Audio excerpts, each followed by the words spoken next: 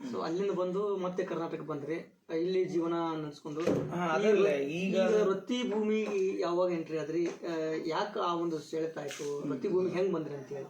ಆದ್ರೆ ಸರ್ ಇಷ್ಟೆಲ್ಲ ಆಗ್ಬೇಕಾದ್ರೆ ನನಗೆ 12 ವಯಸ್ಸು. ಇಷ್ಟೆಲ್ಲ ನಾ ಕುರಿ ಕಾಯ್ದು ಬಿಟ್ಟು ಹೋಗ್ಬೇಕಾದ್ರೆ 12 ವಯಸ್ಸು ಆಯ್ತು. ಹೋದ್ನಿ, 4 ವರ್ಷ ಜೀವನ ಆಯ್ತು. ಅಲ್ಲಿ ಏನಾಯ್ತಂದ್ರೆ ನನಗೆ ಈ ಸಿಲ್ವನೂರು ಹುಚ್ಚು ಅಂದ್ರೆ ನನಗೆ ಭಾಷೆ ಬರಲ್ಲ, ಭಾಷೆನೇ ಬರಂಗಿಲ್ಲ ನನಗೆ. ಯಾವುದು? ಮರಾಠಿ ಬರಂಗಿಲ್ಲ. ಏನು ಮಾಡಬೇಕು?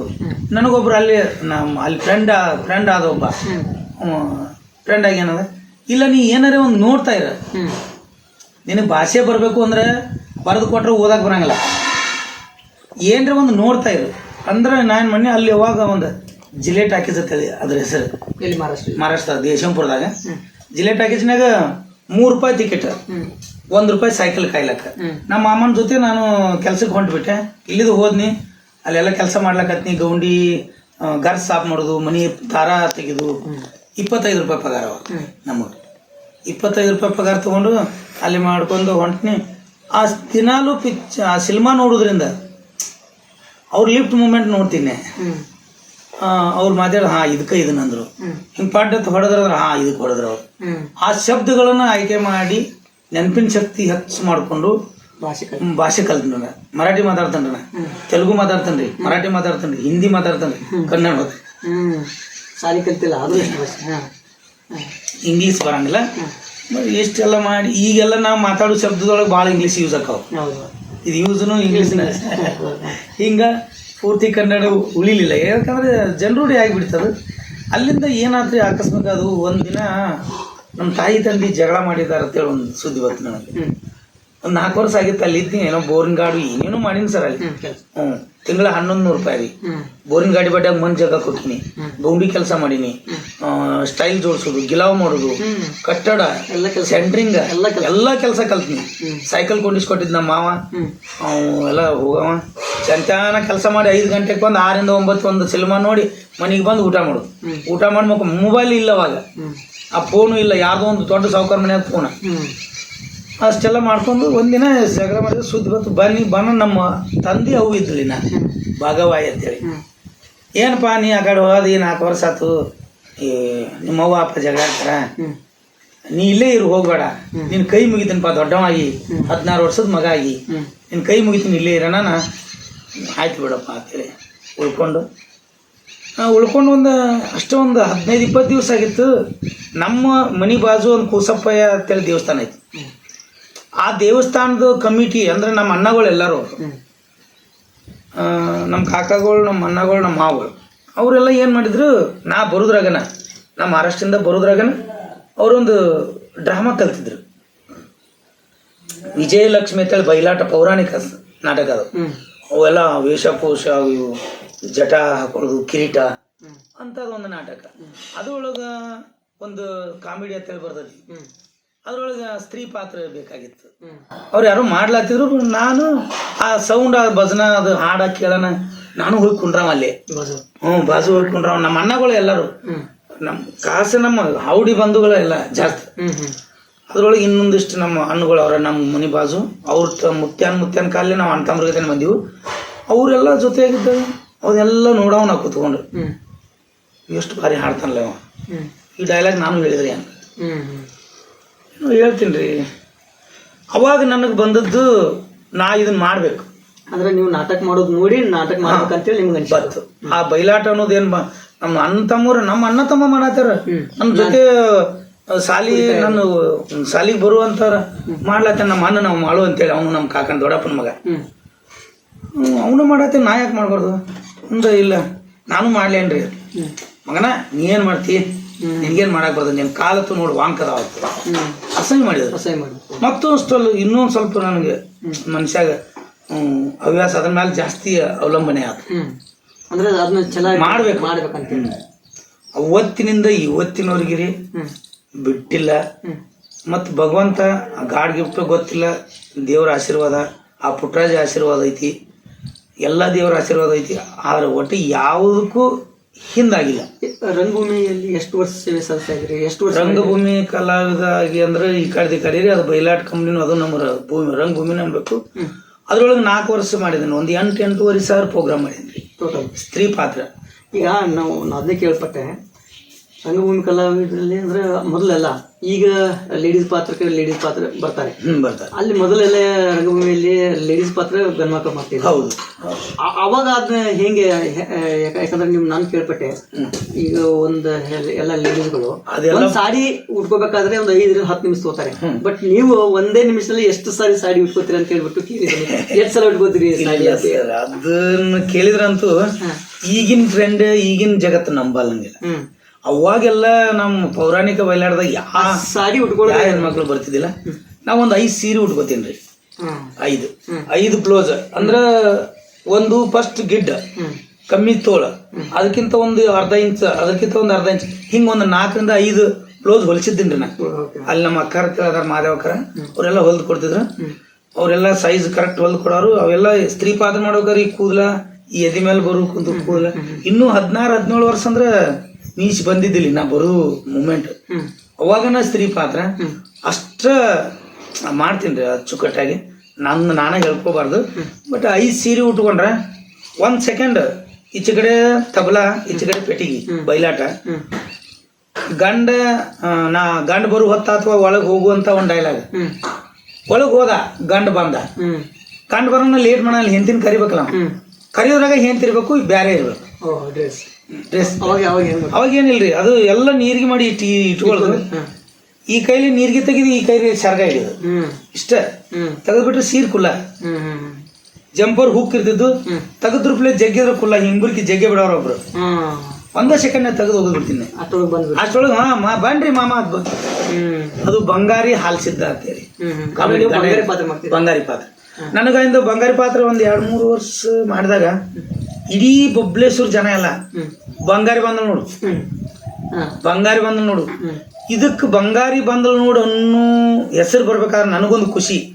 ಅಂದ್ರೆ ನಮ್ಮ ಊರಾಗ ಒಬ್ರು ಗೀ ಪದ ಹಾಡಕ್ ಬಂಗಾರಿ ಒಬ್ಬ ತಿಳಿದ್ರು. ಅವ್ರಿಗೆ ನಾನು ನಮಸ್ಕಾರ ಹೇಳ್ಬೇಕು. ಬಹಳ ಒಳ್ಳೆ ಮನುಷ್ಯ. ಇಷ್ಟು ಬಾರಿ ಹಾಡ್ತಿದ್ರು ಅವ್ರ. ಅವ ಹಾಡೋದು ಕೇಳಿದ್ರೆ ಅವ ನೀರು ಜುಮ್ ಅನ್ಬೇಕು ಅಂತ ಹಾಡು ಬಂಗಾರಿ. ಆಕೆ ಹೆಸರು ಬಂಗಾರಿ. ಆಕಿ ಆ ಬಂಗಾರವನ್ನ ಮನೆಗೆ ಹೋಗ್ಬೇಕಾರೆ ನಮ್ಮ ಮನೆಯಿಂದನೇ ಹೋಗ್ಬೇಕು, ನಮ್ಮ ಮನೆ ಹತ್ರ ಆದ. ಹಿಂಗಾಗಿ ಜನರಿಗೆ ಏನಾಗ್ಬಿಡ್ತು, ಬಂಗಾರಿ ನಮ್ದು ಬಂಗಾರಿ. ಸರ್ ಇನ್ನೊಂದು, ಈಗ ನೀವು ಲೇಡೀಸ್ ಪಾತ್ರ ಮಾಡ್ತಿದ್ರಿ, ಸೀರೆ ಉಟ್ಕೊಂಡೆಲ್ಲ ಸೇಮ್ ಲೇಡೀಸ್ ತರ ಕಾಣ್ತಾ ಇದ್ರಿ. ಹಳ್ಳಿಯಲ್ಲೇ ಸಾಮಾನ್ಯವಾಗಿ ನಾಟಕ ಹೆಣ್ಮಕ್ಳು ಬಂದ್ರೆ ಒಂದು ರೀತಿ ಹೊಡೆಯೋದು ಎಲ್ಲ ಇರ್ತಿತ್ತು.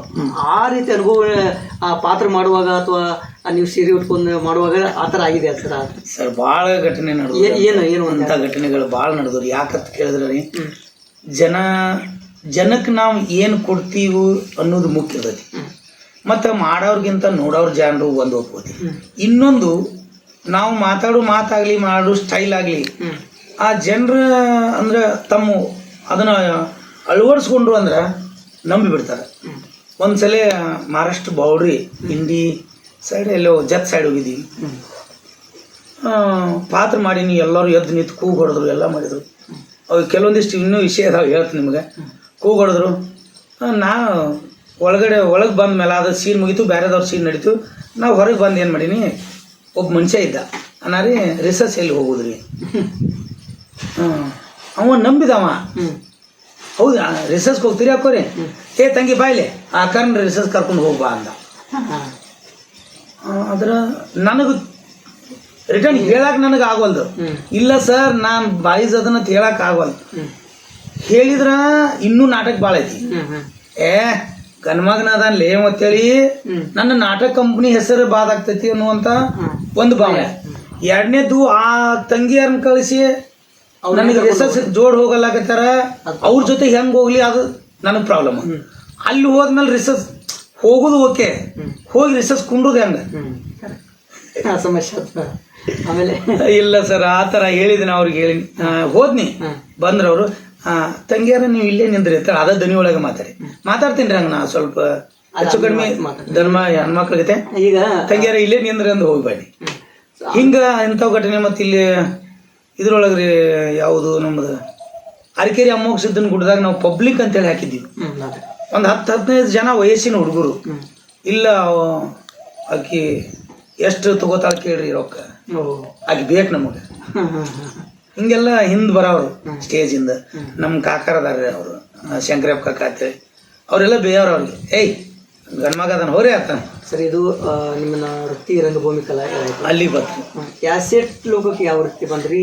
ಅದಾದ ನಂತರ ನೀವು ಮತ್ತೆ ಮತ್ತೆ ರಂಗಭೂಮಿ ಕಲಾವಿದರು ಬಂದ್ರಿ, ಕ್ಯಾಸೆಟ್ ಲೋಕಕ್ಕೆ ಏನು ಬಂದ್ರಿ? ಅದು ಏನಿಲ್ಲ ಸರ್, ಅದು ಏನಾತಂದ್ರೆ 4 ವರ್ಷನ ಬಯಲಾಟದೊಳಗೆ ಮಾಡುವಾಗ ಭಾಳ ಎಲ್ಲ ಹೇರತ್ತು ಭಾಳ ಕೂದಲ ಭಾಳ ಬಿಟ್ಟಿದ್ದೇನೆ ರೀ. ತುರ್ಬಾಗಿರ್ಬೇಕು ಕಟ್ಕೊಂಡು ಸೇಮ್ ಹೆಣ್ಮಕ್ಳ ಗತೆ ನಾನು ಮೀಸಿ ಎಲ್ಲ ತಕ್ಕೊಂಡು ಹೆಣ್ಮಕ್ಳ ಗತೆ ಕಾಣ್ತೀನಿ. ಮುಂದೆ ನಮ್ಮ ಊರಾಗ ಏನಾತಂದ್ರೆ ಬಬ್ಲೇಶ್ವರದಾಗ HB ಪರೀಟ್ ಅಂತ ಹೇಳಿ ಒಬ್ಬರು ಗುರುಗಳು, ಅವರು ಜಾನಪದ ಕಲಾವಿದರು. ಅವರು ತಂದೆಯವರಾಗ್ಲಿ ಅವ್ರ ತಂದೆಯವ್ರು ಹಿಡ್ಕೊಂಡು ಅವರು ಕಲಾವಿದರು. ಅವರು ಒಂದು ಕ್ಯಾಸೆಟ್ ಮಾಡಿದ್ರು ಅವಾಗ, ಆಲ್ರೆಡಿ ಮಾಡಿದ್ರು ಅವಾಗ. ಅದು ಇದು ಬಿಟ್ಟು ಹೊಂಟೆಲ್ಲ ನನ್ನ ಹಳ್ಳಿ ಅಂತೇಳಿ ಒಂದು ಅಯ್ಯಯ್ಯೋ ಬಾವಡಿ ನನಗೆ ಏನಾಗೈತಿ ದಾಡಿ ಅಂತೇಳಿ ಒಂದು ಹಾಡು ಹಾಡಿದ್ದು ಕ್ಯಾಸೆಟ್ ಮಾಡಿದ್ರು. ಮುಂದೆ ನಾವು ಇದ್ರೊಳಗೆ ಮಾಡ್ಲಕತ್ತೀವಿ. ಅವ್ರು ಹಂಗೆ ಮುಂದೆ 1, 2, 3 ಮಾಡ್ಲಕತ್ತಿದ್ರು. ಅವ್ರು ಕೆಲವೊಂದಿಷ್ಟು ನಾಟಕ ಸ್ಟೋರಿನೂ ಮಾಡಿದ್ರು. ಅವ್ರು ಮಾಡುವಾಗ ಅವ್ರು ನಮ್ಮ ಮನೆ ಹತ್ರ ಮನಿ ಮತ್ತು ನಮ್ಮ ಮುತ್ಯ ಪರೀಟ್ ಅವ್ರ ಮುತ್ಯ ಭಾಳ ಆತ್ಮೀಯ ದೋಸ್ತರು. ಹಿಂಗಾಗಿ ಅವ್ರ ಜೊತೆ ಒಡನಾಟ ಮಾಮ ಅಂತೇಳಿ ಇತ್ತು. ನನಗೂ ಒಂದು ಕ್ಯೂರಿಯಾಸಿಟಿ, ನಾ ಈ ನಾಟಕದಾಗ ಅದನ್ನು ಕ್ಯಾಸೆಟ್ನಾಗ ನನ್ನ ದನಿ ಕೇಳಿಸ್ಬೇಕಲ್ಲ. ಆಗಲೇ ಹೇಳಿನಲ್ರಿ ನಿಮಗನ ಮುಂದೆ ಇಟ್ಕೋತನ ಬಾತು ಹಿಂದೆ ಒಟ್ಟ ಹೋಗ್ಲೇ ಇಲ್ಲ ಅಂತೇಳಿ. ನಾ ಏನು ಮುಟ್ಟಿಲ್ಲ ಎಲ್ಲ ಅದು ಹಿರಿಯರು ಹೇಳ್ತಾರೆ, ಮುಟ್ಟಿದೆಲ್ಲ ಬಂಗಾರ ಆಕತಿಪ್ಪ ಅಂತೇಳಿ. ಹಂಗ ನಾ ಯಾವ್ದು ಬಯಸ್ತಾನ ಅದು ಬಂದ್ಬಿಡ್ತಿದ್ರಿ. ಅಂದಾಗ ಅವ್ರಿಗೆ ನಾವು ಕಾಂಟ್ಯಾಕ್ಟ್ ಮಾಡಿ, ಇಲ್ಲ ಮಮ್ಮ ನಾನು ಮಾಡ್ತೀನಿ ಕ್ಯಾಸೆಟ್ನಾಗ ನಾನು ಹೇಳ್ತೀನಿ. ನೀ ಏನು ಹೇಳ್ತೀನಿ ನೋಡಲ್ಲೇ ಯಾಕಡೆ ಸುಮ್ಮನೆ ಬಯಲಾಟ ಮಾಡಿ, ಇಲ್ಲ ಮಮ್ಮ ನಾನು ಹೇಳ್ತೀನಿ ಕರ್ಕೊಂಡು ಹೋಗಲ್ಲ ಅಂತೇಳಿ ಅವ್ರ ಜೊತೆ ಎಲ್ಲ ಹೋದ್ನಿ. ಅವೆಲ್ಲ ಹೋಗಾಗ ಬಸ್ ಬೆಂಗಳೂರ ನೋಡಿ ನಮಗೂ ಒಂಥರ ಏನೋ ಅಗಾದಾಗಿಬಿಡುದ್ರಿ. ಅವಾಗ ಮಾಡೀನಿ ಒಂದು ಎಷ್ಟು ಮಾಡಿದ್ರಿ? ನೆನಪಿಗೆ ಭಾಳ ಇಲ್ಲ, ಒಂದು 10-15 ಕ್ಯಾಸೆಟ್ ಮಾಡಿರ್ಬೇಕಲ್ಲ. ಆಡಿಯೋ ಸಿಡಿನೂ ಮಾಡಿದ್ರಿ. ಆಮೇಲೆ ಆಡಿಯೋ ಮಾಡಿ ಮುಂದೆ ಹೊಂಟು ಜಗತ್ ಮತ್ತು ಟ್ರೆಂಡ್ ಚೇಂಜ್ ಆಯ್ತು. ಎಲ್ಲ ಮೊಬೈಲ್ ಇವೆಲ್ಲ ಸೋಷಿಯಲ್ ಮೀಡಿಯಾ ಜಾಸ್ತಿ ಆಗ್ಲಕತ್ತಾನ. ಇಲ್ಲ ಅದ ಕಂಪ್ನಿ ಮಾಲಕರು ಏನು ಮಾಡಿದ್ರು, ಇಲ್ಲ CD ಮಾಡೋದು. CD ಮಾಡೋದಾಗ ಏನು ಮಾಡಿದ್ವಿ, ಮರಾಠಿ ಅಂತಿ ಕಿಡಿಗೇಡಿ ಕೃಷ್ಣ ಸಾವುಕಾರನ ಕ್ಯಾರೆಕ್ಟರ್ ಮಾಡಿ ಮರಾಠಿ ಅಂತಿ ಒಳಗೆ ಹುಡುಗಿ ಅಪ್ಪಂದು ಮತ್ತು ಒಂದು ಹೆಣ್ಪಾತ್ರ ಮಾಡೀನಿ. ಈಗ ಅದಾದ ನಂತರ CD ಬಂತು, ಡಿಜಿಟಲ್ ಕ್ಯಾಸೆಟ್ ಬಂತು, ಕ್ಯಾಸೆಟ್ನಿಂದ CD ಬಂತು. CD ಆದ ನಂತರ ಮತ್ತೆ ರಂಗಭೂಮಿ ಕಲಾವಿದ ಕೈ ಮಾಡಿ ಕರೀತು. ರಂಗಭೂಮಿಯಲ್ಲಿ ಸಾಕಷ್ಟು ಹೆಸರು ಮಾಡಿದ್ರಿ. ಏನ್ ಸರ್ ಅದು ರಂಗಭೂಮಿಯಿಂದ ಮತ್ತೆ ಏನು ಅಲ್ಲಿಂದ ಸ್ಟಾರ್ಟ್ ಆದ ಜೀವನ ನಮ್ದು ಮರಾಠಿ ಹಿಂತಿ. ಏನ್ ಸರ್ ಅದು ಮರಾಠಿ ಹಿಂತಿ ನಾಟಕ ಅದು. ಅಂದ್ರೆ ಏನ್ರಿ, ಮಹಾರಾಷ್ಟ್ರದ ಹುಡುಗಿರ್ತಾಳ, ಕರ್ನಾಟಕ ಪರೀಟ್ ಸರ್, HB ಪರೀಟ್ ಸರ ಬರ್ದಿದ್ರು. ಅವ್ರದ ಸ್ಟೋರಿ ಅದ, ಸೇಮ್ ಮನಿ ಫ್ಯಾಮಿಲಿ ಸ್ಟೋರಿ ಇದ್ದಂಗ ಅದ. ಮರಾಠಿ ಹಿಂತಿ ಸ್ಟೋರಿ ಬತ್ತು.